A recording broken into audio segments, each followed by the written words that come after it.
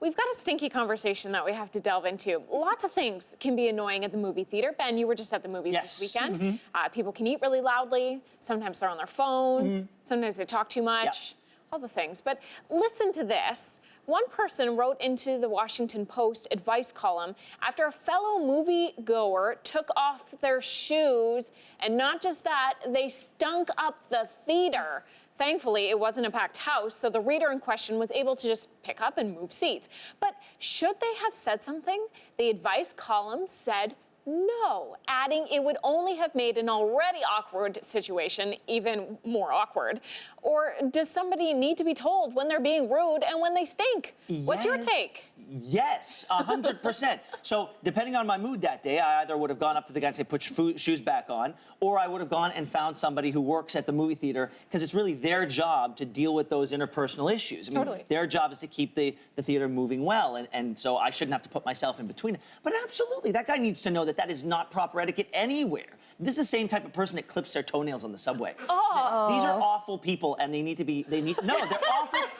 People who don't have wherewithal and don't appreciate that we're living in a community. No. Awful person. Selfish person to the core. No, can we say they are a person who did an awful thing? No. Awful person. Awful person living in a community and thinks that it's all about them. Awful person. Terrible person. If their feet didn't stink, would it bother you that they took their shoes off?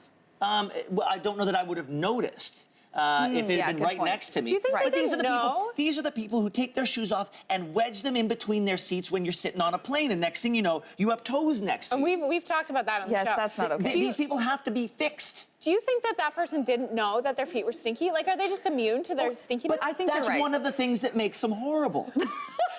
Okay, well, I do appreciate the tip that you had about talking to the steward of the movie theater. That's fair. I agree.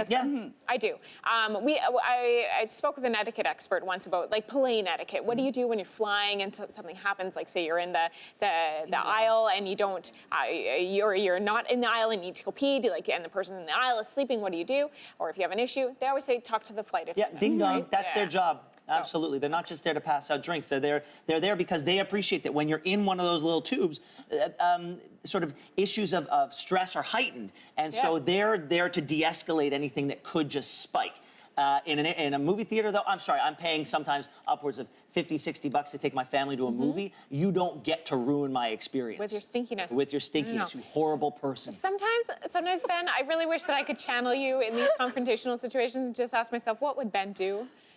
And then do the opposite. Because I'd probably, honestly, I would probably just sit there and the whole time go, that person smells so bad, I'm not moving. No. And then I tell everyone about it. Sometimes if I see a person in a few, look, you see all those ads, don't be a Tommy texter. And if someone is doing that in the front, I just scream, phone, phone, phone, until they stop. You know what? I actually really want to go to a movie with you just to experience this right now.